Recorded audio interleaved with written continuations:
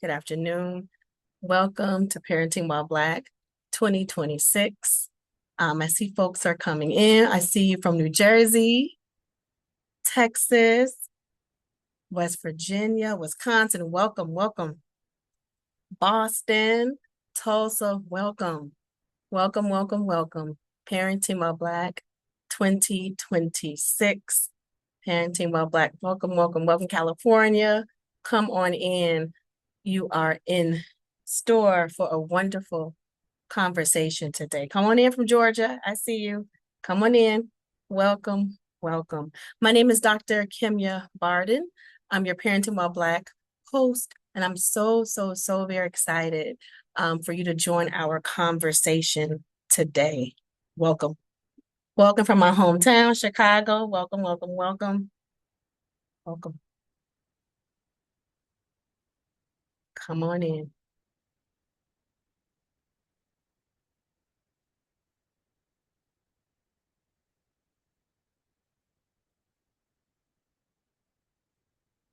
Next slide, please. Welcome. We will be offering live Spanish translation. Today's conversation will be in Spanish and English. In your webinar controls, click Interpretación. Click the language that you would like to hear. And then to only hear the interpreted language, click Mute Original Audio. Welcome, still coming in from Ohio. I see you. Welcome. From Southern Illinois, welcome. Live captioning, live transcript is available for today's conversation. In your webinar controls, click Show Captions. Select your speaking language. To adjust the size of your subtitles, click Caption Settings. You can also select View Full Transcript. Here, welcome, welcome. We have many partners. Before we get to our partners, we offer a Q&A and chat. If you want to ask the presenters a question, go ahead, please do. Use the Q&A feature to ensure our presenters see your question. Have a comment or technical issue that you want to share with us? No problem. Use the chat feature to speak with other attendees and BTS support staff. Just make sure you choose the all panelists and attendees option so everyone can see your comment. Welcome, come on in. We have many partners. We want to say thank you to our partners, including SEED, the Center on the Ecology of Early Development, Equity Research Action Coalition, and Vital Village Networks. Thank you. Welcome, welcome. Again, so excited. We have two wonderful panelists today. Our first panelist is Jenny LaFleur. Jenny LaFleur is a daughter of Chicago. She's a community builder, advocate, influencer, and mama to 9-year-old OBQ and 5-year-old Jameson. Jenny has created a community with her brand where diversity in motherhood is celebrated. She is a resource for exploring the city with your little one. Her unique family programming has gained attention from families nationwide. Mama Fresh is all about taking a fresh approach to motherhood. Her mission behind her content is to be that mom friend you didn't know you needed. She wants mamas to know they aren't alone. Welcome, Mama Jenny LaFleur. We also have Dr. Omarion D. Lee, who's a trusted spiritual leader, pre-licensed counselor, and community advocate, committed to faith-rooted, holistic healing. A proud native of North Nashville, Tennessee, he brings over 15 years of impactful service across ministry, mental health, and civic leadership. He holds a Doctor of Ministry in Pastoral Therapy from Memphis Theological Seminary, where he focused his scholarship on supporting bivocational clergy in the African American church. He has also completed clinical pastoral education and previously served as a chaplain resident at the Nashville VA Medical Center, providing spiritual care for veterans in the nephrology unit. As founder of the Centers for Wellbeing, Dr. Lee leads trauma-informed counseling services and curates spiritually grounded wellness retreats across Middle Tennessee. He formerly served as director of spiritual care at Nashville General Hospital, where he established the hospital's first ever chapel in its 130-year history. He's also a senior pastor of New Work Fellowship, a growing congregation in South Nashville. Dr. Lee is executive director of Reach One, Teach One, a nonprofit empowering underserved communities through health, education, and leadership development. Off the pulpit and beyond the counseling office, he is a passionate cook, golfer, and fisherman. He finds his greatest joy in family. He is married to Heather Lee, and together they cherish 3 children, Kiara, Omarion II, and Iris Jade, as well as one grandson, Kai. Welcome. Welcome, welcome, welcome. Welcome. Okay, so let's begin the discussion. This is episode 2. So last week was episode 1. We talked immensely about social media, gaming, AI, etc. I want to kind of dovetail from that experience to talk about this idea of being rooted in love. How do we empower Black parents to build healthy communities and connections? So that said, Jenny, Dr. Lee, I want to ask you guys a couple questions. When you think about a Black child, a Black adolescent who is raised in a healthy community, what comes to mind? Like, what does that community look like? What might that community feel like for a child? I think it's first, hello, everyone. Thank you all so much for having me.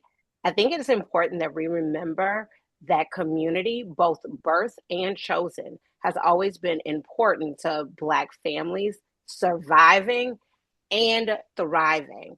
This is why it's so innate in our culture that you don't even realize. This is why my high school friend of 30 years is an aunt to my kids.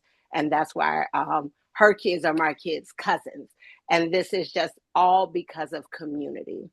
Community is great not only for that feel good part of our kids, for them to feel safe, but there are also things in their brain that kind of unlocks when they have that safety of community. I always think about I think it was 2000, I have it in my notes so I can remember. I think it was 2023. And Dr. Murty talked about the neuroscience around, he actually claimed as a country that we were in an epidemic of isolation. So if you think about isolation was affecting not only our feel good, but also us physically, cardiovascular health, depression, something we're all, and also for our growing kids, that cognitive decline. So them growing up alone will start to separate even the cognitive parts of how, and you will see that through school grades declining, through reading levels not being met. And that all can become because of their isolation. When we think about community, is setting up safe people, adults, and kids that our kids can have a home base. If we think about home, not just a place, because that might change no matter where you are, but setting up a home, this is a chosen, safe community that my kid feels very close in. And this sets them up and allows their nervous system to relax because they know they have that home base. Thank you. Thank you. Dr. Lee, how would you add to that, this idea of community? Well, first, Mama Jenny, hello everyone. Glad to be here with you all. But Mama Jenny said it very well. I think that I would just say a little bit more about that. The community looks like it. They're being intergenerational, so they're being elders and mentors and peers, being culturally affirmed. Affirming that Black is celebrated. It's not just tolerated, and then being predictable. It's got to have its routines and its expectations and trusted parents and have structure to it. Also, it should be protective but not restrictive. So freedom with guidance, right? We want our children to know that first, in our homes, in our communities, that this is the place where you are affirmed to be able to say who and what you believe, what you may think, and that builds confidence. So when you're outside of the family, you can walk with your head high, shoulders back, right? And so the child then is able to say, "I belong here. I don't have to explain myself. If I fall, I won't be discarded. Somebody loves me. I'm loved. I'm valued. I'm seen. And then there's someone also looking out for me. Hopefully, a multitude. I love what Mama Jenny said about taking in childhood friend becoming aunts and uncles. Right. That's key. My children will tell you I have so many aunts and uncles. I don't know which one. Sometimes there's like 2 or 3 different Uncle Jameses, right, with my children. Mhm. But they have they know exactly who and what. But for them to feel safe wherever they are and know that I think we remember Kimmy, when we were kids, we probably remember when we were children, our parents saying, "I can see everything, I know everything that you're doing," is because Sure. they had a village that was out Yeah. there and around us to keep eyes out, right? So that's what I would Absolutely. add to it. Yeah. Awesome, awesome. So we're just in question one and hearts are flying, thumbs up are flying, so the chat concurs. So thinking about what you guys are saying, I'm looking when I look down, I'm just looking at the notes, being culturally affirming, providing love, having that what we call fictive kin component, play aunts and play uncles, and then also highlighting the kind of neuroscience, right? How community really activates these neural Hmm. responses in our brains. That said, how would you describe the different types of connections um, essential for Black parents to foster for their children to thrive in healthy community? Like, what are these connections? You guys are parents yourselves. Could you perhaps provide Hmm. some additional insight into how that looks, these connections? I Sure. always think of with Dr. Rory when he was talking about that intergenerational. I was like, you know what community looks like? It looks like a family reunion T-shirt. It looks like a shirt that's been around that has a tree on the front and Yes. 2 names and a bunch of names on the back. But this is something that's like a non-negotiable in my family. And no matter where we travel, I know that every other year we're going to either be in Mississippi or Florida or Texas, and prioritizing those type of activities is really what that looks like, putting a priority on Mhm. things, again, Dr. Mark, that affirm our Black children in a very practical way, is Mhm. pointing out, starting out where you are and pointing out connections that are already there. For us, a big deal is through church. So through church, our children are seeing it two Mhm. ways. They're seeing it up, so they're seeing old generationals. They're seeing the elders of the church. They're seeing my peers that they are calling aunt and uncle, and they're seeing those people. And you might think, oh, that person, you know what, my mom, she's not into science, but Mama Kimya is into. So maybe I Mhm. can talk to Mhm. her about. So they're seeing that, and then they're seeing peer. And if you're in a unique situation, they're even seeing a younger group. So they're able to be a mentor, and then they get to see their role in this big picture.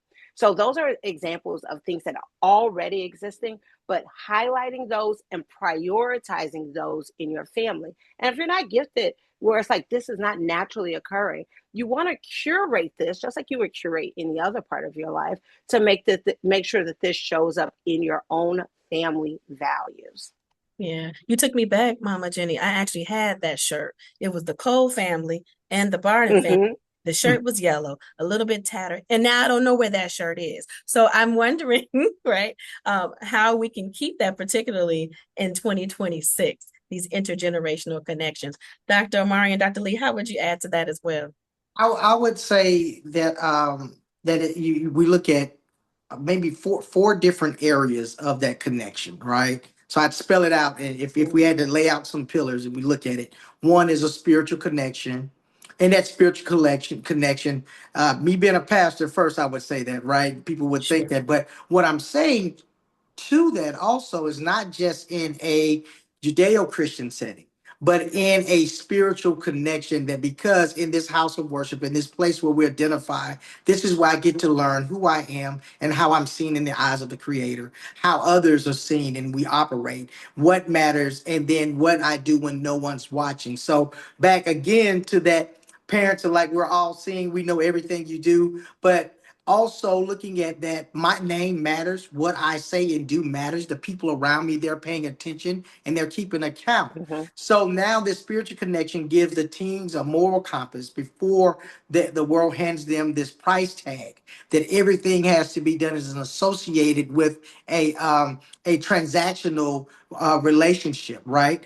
And so from there then we think about a relational connection, right? So in relational connections, we see safe adults beyond your parents. We talked about the coaches, the pastors, the aunties, the mentors, these persons who I know I can count on. And this is important when we think about, I want, it came to me, Kimmy, that, what about in this day and age, there's a lot of young people, and the light is being shown on it, who don't come from traditional families, who Yep. are in foster care system or in transitional phase now, right? So without having mom, dad in the house, or just mom or just dad, or having grandparents in the house, how do I find that connection? Well, having safe adults, and then looking at far as teenagers needing multiple mirrors, not just one household reflection. It needs to be my community that really helps me to maintain that connection. The next Yeah. I'd say is cultural connections, and for us, our music, the stories, the language, the swag, the dress, all of those things, they help us to be affirmed that that I can show up in my perfect self, Yeah. and that it is Mhm. good, it is well. I don't have to fit into a mold of what mainline the majority says it has to be. And then my peers, if I find those who look like me, think like me, operate the same way that I do, because right, what Black folks are not a monolith. You've got Mhm. young African Americans that do a multitude of things or believe in a multitude of things. So belonging without Mhm. pressure, and spaces where teams are not hyper policed and hypersexualized. That's all of those things work. Those are the connections that we have to, I think, maintain. Yeah. Well, that was a lot. Just That's again, taking in a so, good way, in a good way, uh, taking copious Mhm. notes. You said four: spiritual, relational, I think cultural, and something else. peers. And peers. Yeah, Yes, that that's yes, that's yes. that's really huge. Specifically as it relates, I like this notion of, and this kind of speaks to Jenny's point too. Like my name matters, my identity, who I Mhm, am. Like mhm. Mhm. that Mhm. matters. It truly does. Okay. We're talking a lot about just again, Jenny, you really did something to my consciousness, bringing me back to really to the Cole Barden shirt, and it made me think about generations. So I Yeah. proudly identify, might be a younger one, but as a Gen Xer. And I don't know you all. They say black don't crack. So I don't know how old you guys are, or how old you would like to share with the listening audience. But this idea of generations really just speaks to me. And as you're talking, it speaks to how we can even think about how folks decide to parent or really decide not, honestly, to parent. So that said, how does a parent's age and generation to which the parent Mhm. belongs, how does that shape the parent-child connections? And can you speak Mhm. to this, particularly online and offline? So I know, Jenny, you do a Mhm. lot of work with both online and offline space. Mhm. Talk about that, these differences in generation. I think that, if I had a nickel for every time of day, I would think like, I'm a 45-year-old Black woman. Let me tell you something. That doesn't fly in my house. We were just visiting over a friend's house yesterday, and the kids were running around, and they were in her front room. I almost had a heart attack. I was like, you don't get out of that lady front room. And she's like, no, it's fine. But even that type of thing is very important in the storytelling. And so even anytime I feel young and I know all the latest TikTok dance, there is a moment that reminds me I am a 45-year-old Black woman parenting a 5-year-old. I had my youngest when I was 40. Sure. And so I think that is very important as well, because I'm always on the crust of being like big mama and the cool mom. I am always kind of pushed, and depending on the day, the hour. Um, and those things, it depends on what role I play.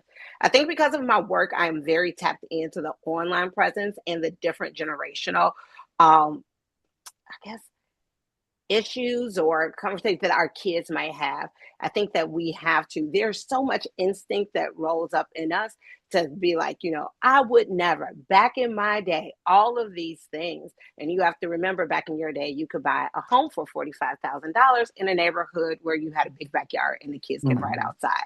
So what does community look like now? And that is always changing, and that is always different.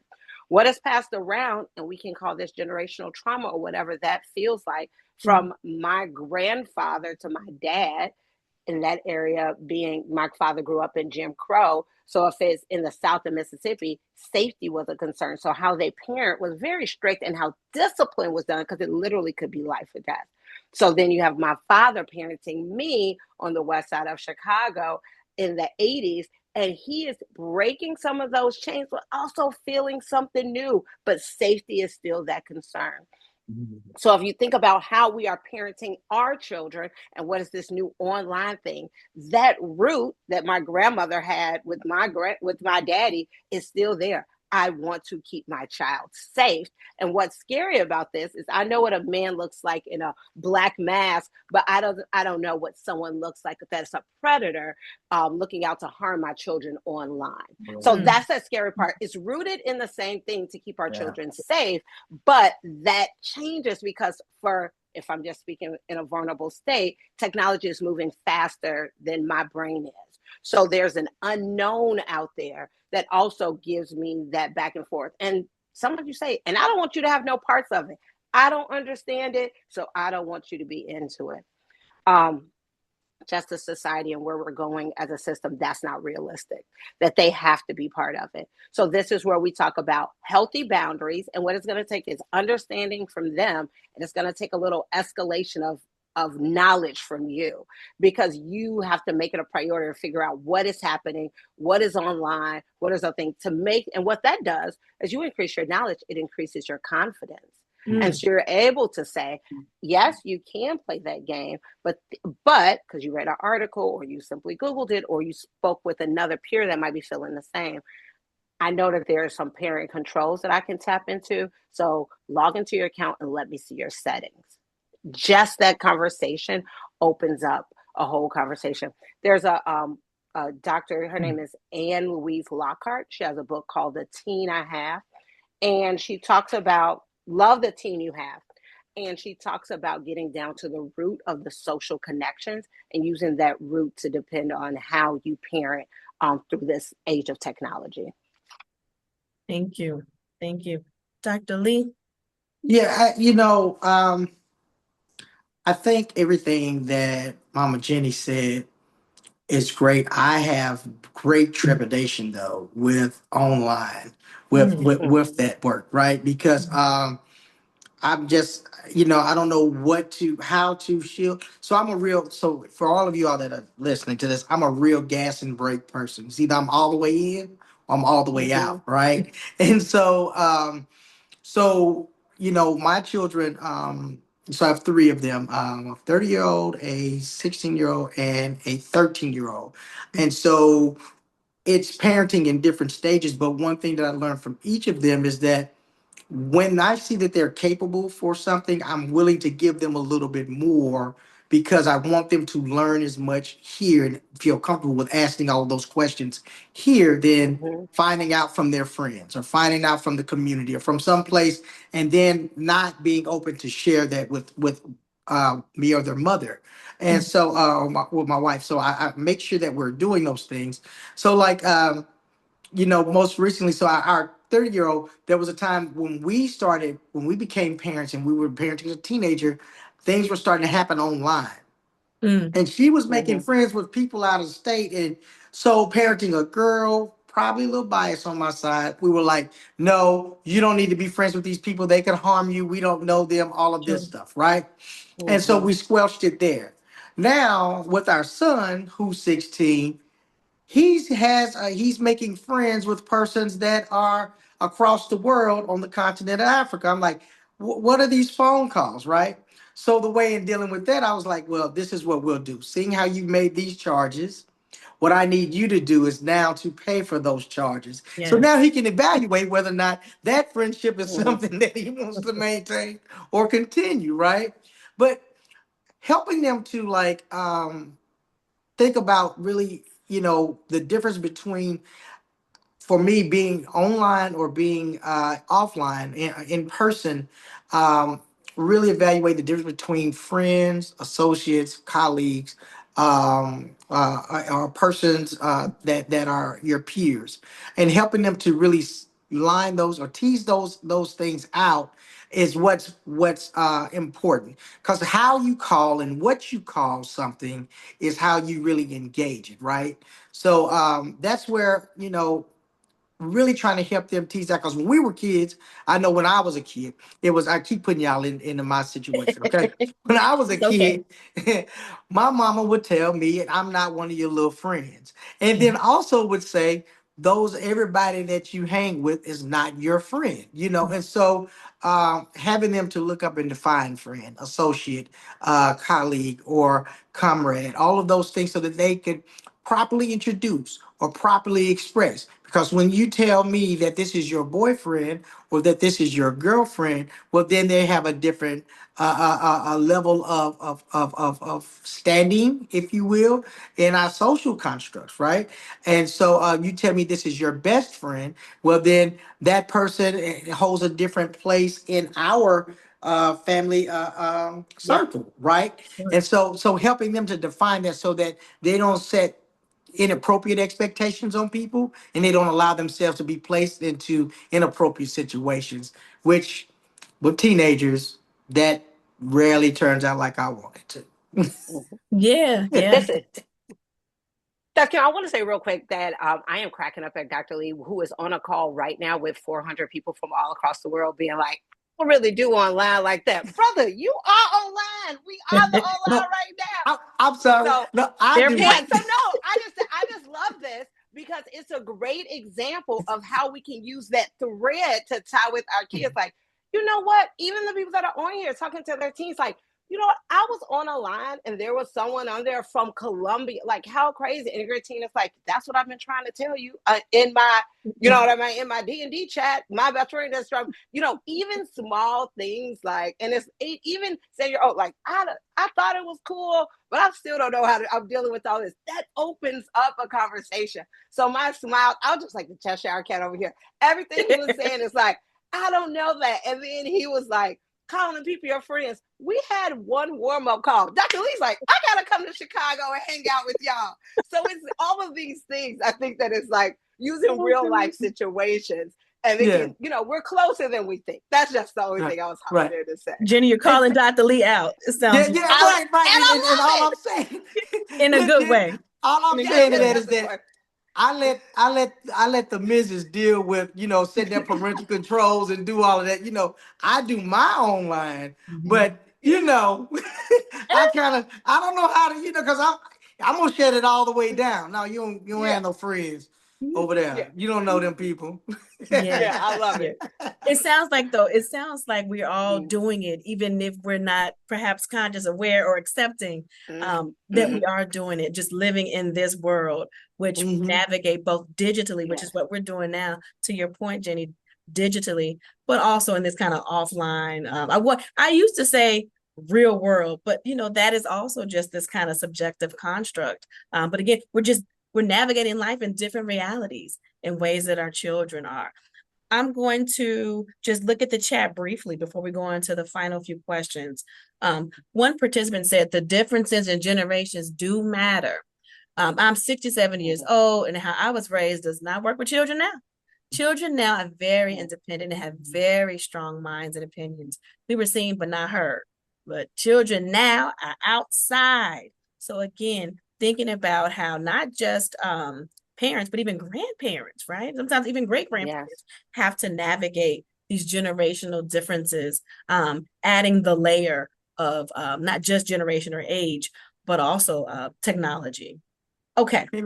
Kimmy, just to Yeah. what you said about the grandparents, being a grandparent, you're a Yes. whole nother person with these people. Yeah. Yes. Yeah, you just let them do whatever they want to do, and it's okay. Yeah. Yeah. I see hearts are flying, thumbs are up. I can concur with my own mother, who yes, would never let me do the things that she lets my four Yeah. children do. So I Yeah. totally understand that. Totally understand that. Yet, it's also, again, I'm in my nerd bag, as I like to say. It also speaks volumes to resources and support that we all do, but that grandparents, they also need Mm-hmm. helping and or even just connecting, to be honest, with their grandchildren, with their great grandchildren. Excellent. I see Mm-hmm. someone else. I'll come back to it. It's 2:30 in where I am in Chicago, so we're half past the hour. So if you have a question, feel free to put it in the chat for Jenny or Omarion. Okay, next question. So according to the Pew Research, this is a question really for all kids, but teens in particular. We have a lot of parents and caregivers and clinicians and practitioners who work directly with teens. According to the Pew Research, Black teens are more likely than white, Latinx, or Asian teens to use social media platforms. In addition, another study suggests, though, that Black teens are more digitally literate than other teens, specifically as it relates to navigating race-based hostility online, aggression, and discrimination. So given this data, I'd like for us to think about how parents, caregivers, grandparents, clinicians can help teens navigate this quote unquote sense of belonging. So that's kind of a new term that folks are using. The belonging, the degree to which we all feel a sense of support, security, care, particularly in these kind of isolated or autonomous groups. So can you all speak to this notion of cultivating a sense of belonging in the digital space and in the quote unquote offline space? Dr. Jen, Mama Jenny, may I take Of course, no. I'm off? gonna defer to you. For Okay, sure, for sure. I Absolutely. I want to stick in the offline space. I mean, of course, I got some online stuff, but just in the offline space, I think consistency with family rituals, like having meals, check-ins, and shared experiences. Something that we started doing when our eldest was maybe in middle school. We had a ritual of eating 5 to 6 times a week at the dinner table. That's key because it sets expectation. Not only is it saving money, not is it helping you to eat healthier, be healthier, but it has an expectation that you're gonna have to see the family and engage the family every day at some point, no matter how busy it is. It keeps us on the schedule, right? And so doing that, we would start with this thing and the littles as they started coming of age, helping them to do a few things: form sentences, syntax, and their grammar, their ability to speak, and their confidence. We're sitting at the table, and we would start and go around and around robin. How was your day? And then you'd say, how was your day? And then everyone would, on three, we'd count it in, and it's a choral thing. What did you do?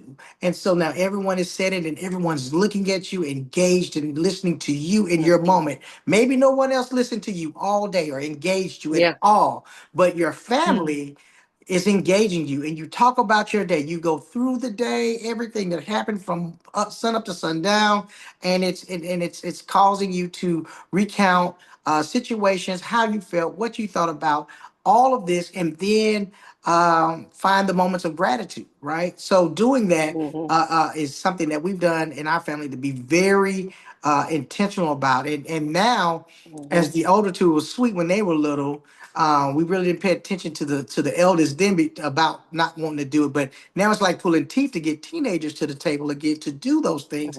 But they do enjoy sharing their moments because if they know nothing else, they know that they're home. At home, they're seen and they're valued, and so they take that into the world with them when they deal with their peers. It gives them a sense of care and concern for those around them and how they interact with the rest of the community just as well. So I offer that far as the offline way in which how we deal with the with belonging and with literacy and how we're shaping young adults, right? Thank you. Thank you, Mama Jenny. What I loved about what Dr. Lee said is that this is what we did then. Even when you spoke to us, this is what we did for our 30-year-old. Now, for our 16-year-old, time had changed. So then this is what we did. That ability to pivot and be flexible, I think, is one of our greatest gifts and powers as caregivers. There are a couple of things I heard and I wanted to just call out because we always talk. I say this all the time: to do what's best for your address. So if you think, sitting at home, You realistically, say we're what, not Mama sitting at. Jenny? Say it again. I was saying realistic. Oh, do what's best for your address. What's I best? like And that. don't get discouraged if you're like, we are not sitting at home for 5 days of the week. My son plays club soccer. My husband don't get home till 6. He travels. There's no way.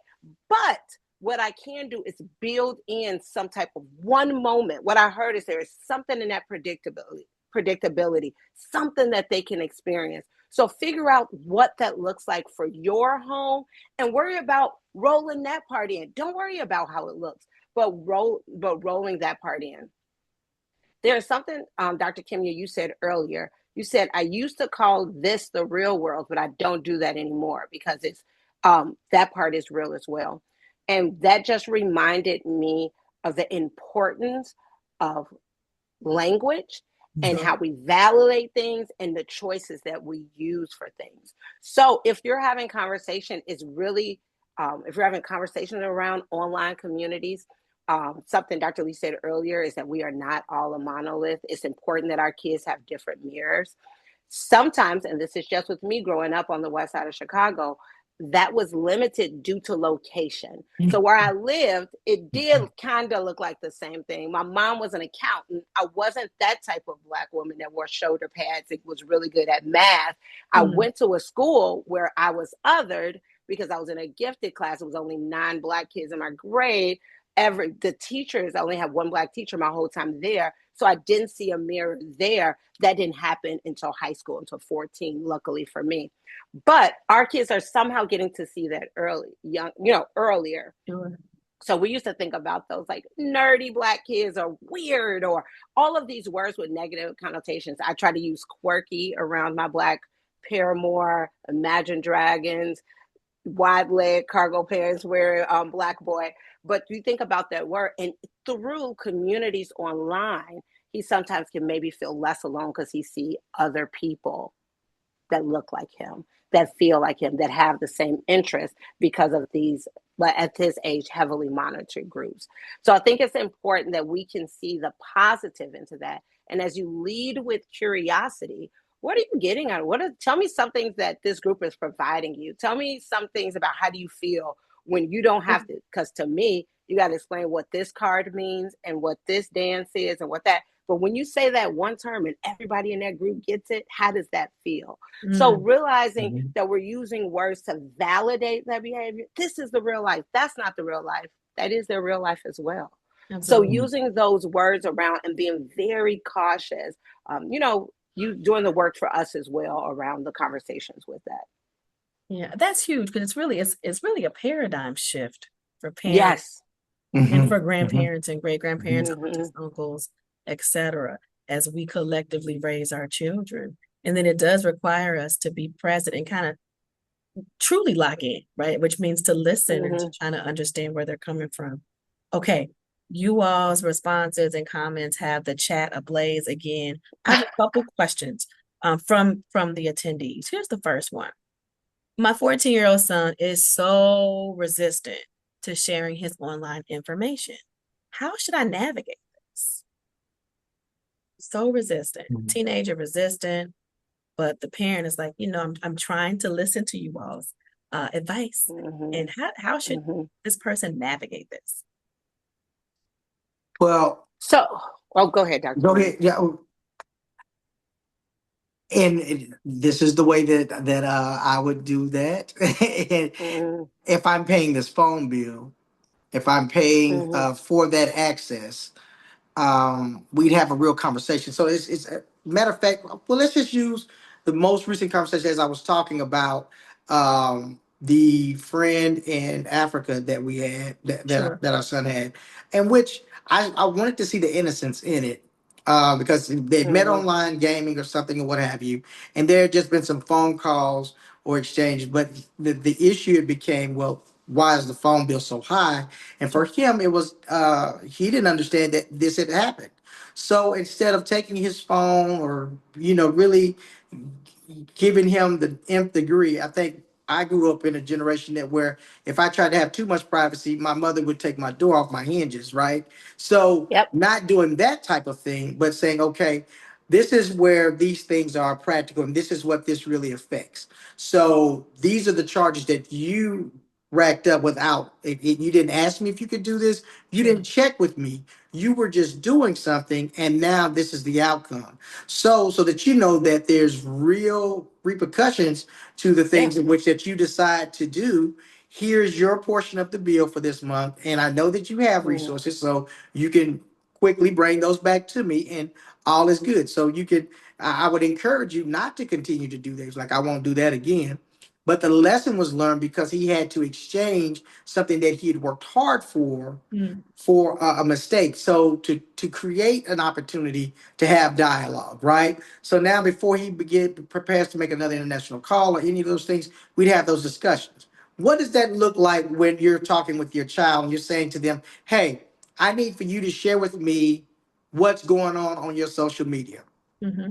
Maybe not so forward about share with me what's going on your social media, but more so let's talk about what's happening in social media. What are some of the trends that are happening? What are they doing on TikTok? What are they doing on and maybe get in the space that where you're sharing reels back and forth that you find appropriate, and maybe you test the boundaries to see what they're sending back, and then have discussion about, so what was really, I didn't really get what was happening in that reel. Explain to me, Mm-hmm. because there's plenty of stuff I've still been trying to understand what 6-7 was all about from Oh, my right. from my young Oh, people. right. I And you now we're know done with 6-7. It's yeah, for well, tired. and Yeah. see, look, Yeah. and I just shut it down, and it's like, Right. okay, whatever, right?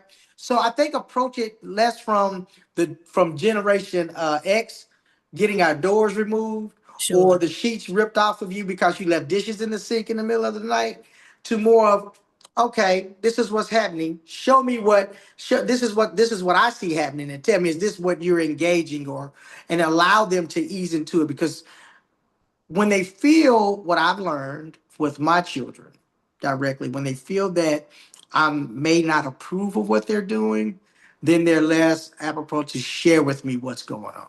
Mm. That's Mm-hmm. huge. Mm-hmm. That's huge. That's huge.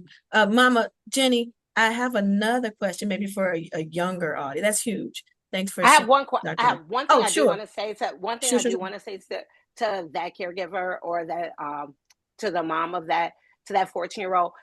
Companies like TikTok, Instagram, Meta, as a thing, have already built in parameters for teenagers. It is a huge thing about them. I've been to multiple workshops with Meta talking about their work, and it's something they're very proud of. The first thing I would do is ask for them to log in. I wouldn't ask for passwords. And I would say, hey, can I look at your settings? I'm curious, because we want to make sure that when they were choosing that age name, they didn't roll it back a couple years too far, and it's giving them access to information that they're not old enough and cognitive to understand.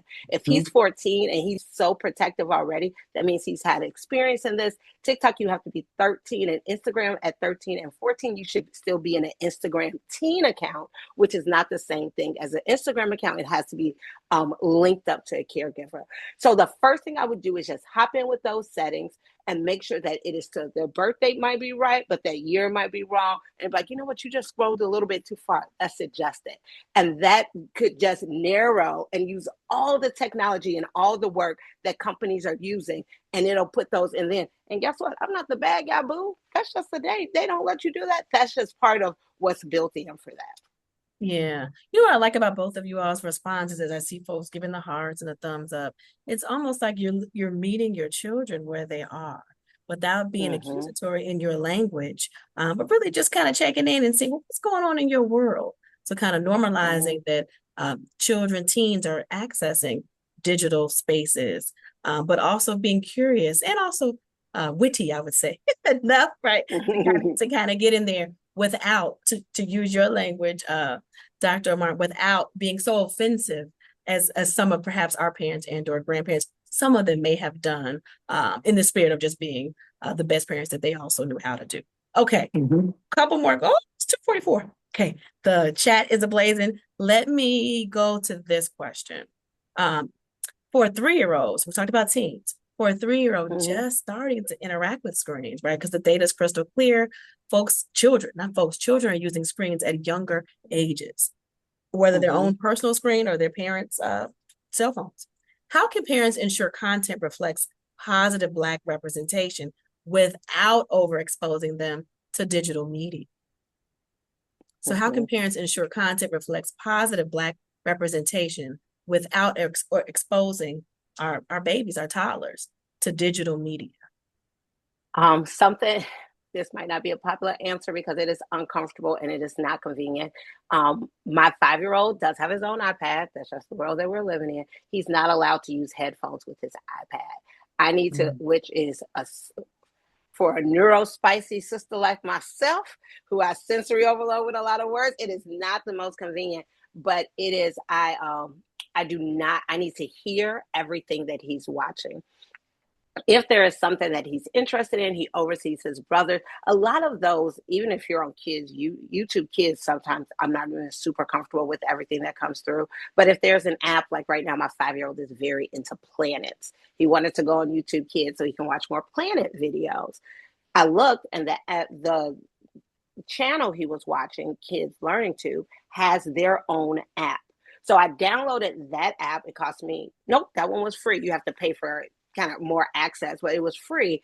And I know that he's just getting that specialized. So he's still getting what he's interested in, but without the commercials, without the other app, the other things. For me in our house, it was a big thing of how these kids was talking to their parents on these videos. And I was like, you can't try that in our house because to Dr. Lee's Mhm. grandmother's homage, I would be taking doors off work. So I was like, they're talking crazy to their parents. Like, so it was still cartoons on the screen, but that's not how we speak to each other in our Mhm. home. Sure. So that is the videos that I couldn't let happen. So I got real specialized. I say you can really do research on apps that are, and there are a lot of magazines that really specialize with this, but apps that have, so we can do an ABC Mouse. You can do, and if your child is in a, if you're Illinois or any other state that has a pre-K 3 that's free and accessible throughout the state, see what apps that are free or give you a discount using your school login.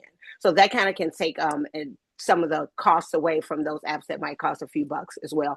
But as far as like a YouTube Kids or something like that, it's no headphones. I have to hear everything. And I really prefer those one-off specialized apps. Okay. Again, folks are concurring, high-fiving, hearts are floating on the screen. Let me go back to the chat. It was, bear with me again, digital, as dating myself, the famous artist said, I'm an analog girl in the digital world. That's me. Mm-hmm, mm-hmm. I just had it. So just bear with me, guests. Bear with me, wonderful presenters. It'll come to me. I'll just read another one though. I'll read my own as I try to find your question. So parents are definitely, as you see on the call, grandparents clearly are on the call, but they're also practitioners and clinicians and folks who build programs specifically for youth broadly and Black youth in Mm-hmm. particular. So in building programs and events that really center and highlight Black children and their healthy development, what are your objectives? So you all do wonderful work in Chicago, in Nashville, in these United States. What are your objectives for children's development?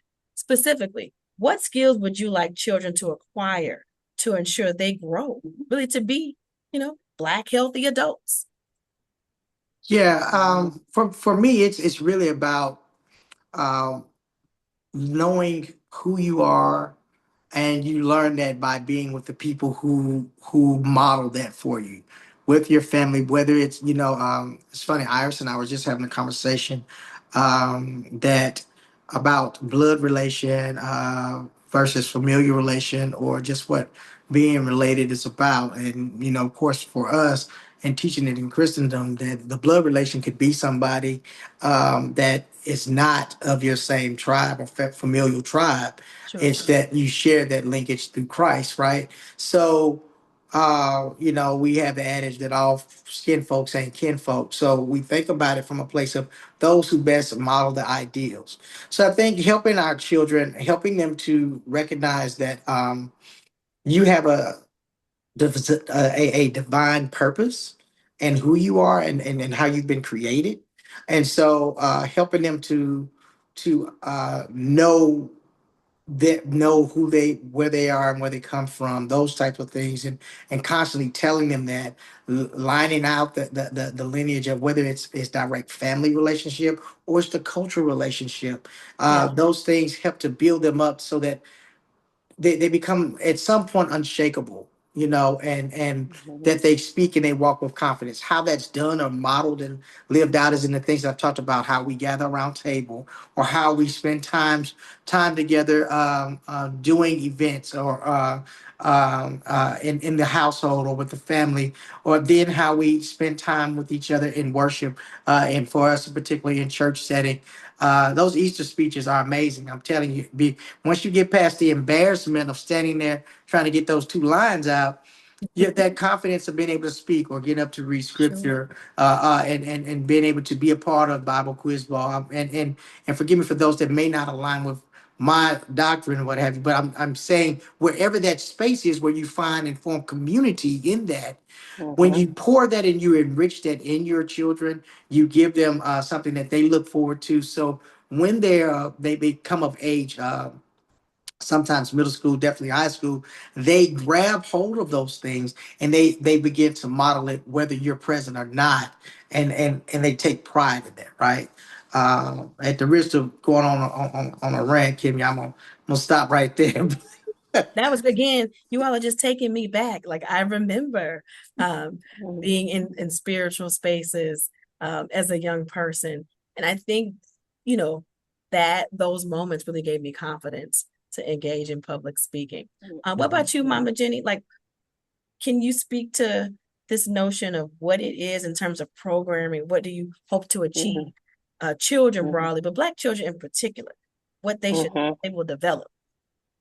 I love what Dr. Lee said, and there's something that was in the chat, and someone said, "Oh, these kids are gonna be seen," meaning that this generation is going to make sure that you see me. So when I'm interacting and planning for teens or that like middle school to teenage, one thing I always think about is healthy advocacy. I want to make sure that I am empowering the young kids that I'm interacting with to advocate for themselves in a very healthy and compassionate way. So Yes. it's taking those feelings. Okay, you're upset. What's happening? Tell me what you're feeling. Tell me why this is it. So it's the healthy advocacy so they will be able to project that, because as someone said, they're going to be seen, but sometimes because they are dealing with all these hormones and the world changing and no one understands me, it gets frustration.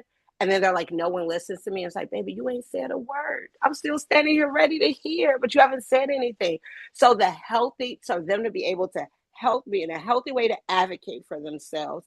Um, when I'm planning program, I try to incorporate as much of them into the program as possible. Going back to church examples, and I know Dr. Lee, you can probably agree with this. You remember that Black when you're in a Baptist church or even in our church, which is not very traditional, before the preacher even preaches, he says, Lord, I ask that you minimize me to make room for you. So if we think about in that same way, if you could minimize your own prejudice, things that, or even just be aware with the trauma of some things that we, like you were just talking about your mama ripping off sheets in the middle of the night. So you're like, you know what, maybe that wasn't a bad, and you know what? Maybe why I don't sleep with a top comforter is because I'm scared of it being ripped off. So being, aware of your own trauma and minimizing that as much as possible so you can make room for them and what they're looking for.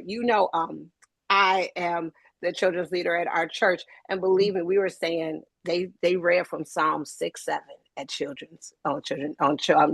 at our Christmas, and they were so excited. But in that moment, they felt like I saw them and that they were able to bring it out. Instead of if I'm seeing them doing a dance, or if I'm seeing them listen, we bring that into it as well. So I want to make sure incorporate them as much as you can into programming. And then this last thing, you want to get from idea to execution really quickly. You want to get from there, you having a collective or an individual idea, to execution. I mean, if you can't do it in the first session, if you can't do it in that first group, at least next week. What this does is that this creates their own internal highlight reel. So when they are in situations where they're wondering, do I fit in? Can I do this? They can go ESPN on you and tap into themselves and tap into a time where they have done this before. So all the time, I am trying to go from idea to execution to build an internal highlight reel for my young people. So instead of them just hearing my voice, that they're hear their own. And I think that that's it has proven to me to be very successful. Oh, well said. Well said. Again, the chat is ablaze.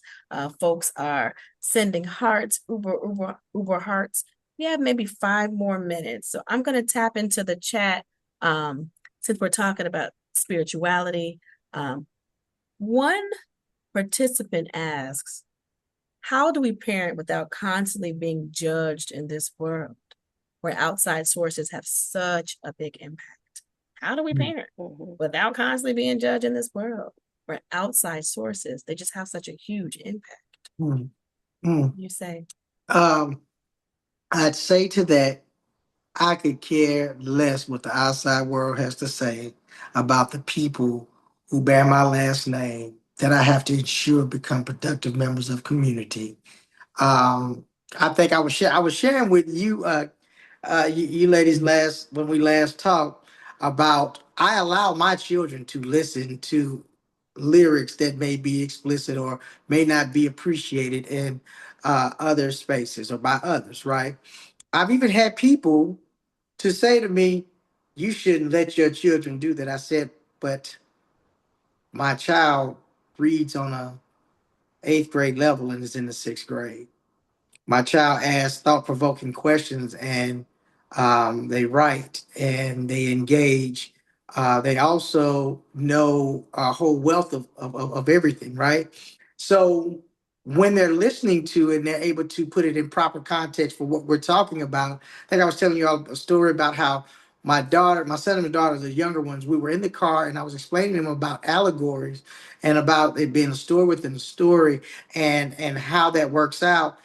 They immediately said, I said, do you understand what that is? It was like, oh, just like strong arm robbery, like the song Armed Robbery. I was like, what are you talking about? They were like, 8 Ball and MJG. I was like, exactly. That's exactly how that works, right? And so That's such a Gen X reference, by the way. I just had to say that. Well, go those ahead. of y'all that don't know 8 Ball and MJG, please have your ears ready should you listen to it. But at the same time, my children they sang they were able what at 3 years old knew Sure. every verse to lift every voice and sing. Sure. They even sang the school alma mater at Fisk. So, I mean, so exposure is what's key. And so being concerned what others have to say about my style of parenting has never been my concern because at the end of the day, I'm responsible for how these children navigate, Sure. that they are still here, that they're alive and well, and that they're going to add to the community. Yeah, well said. I think, Mama Jenny, what'd you say? Do what's best for your Really, best.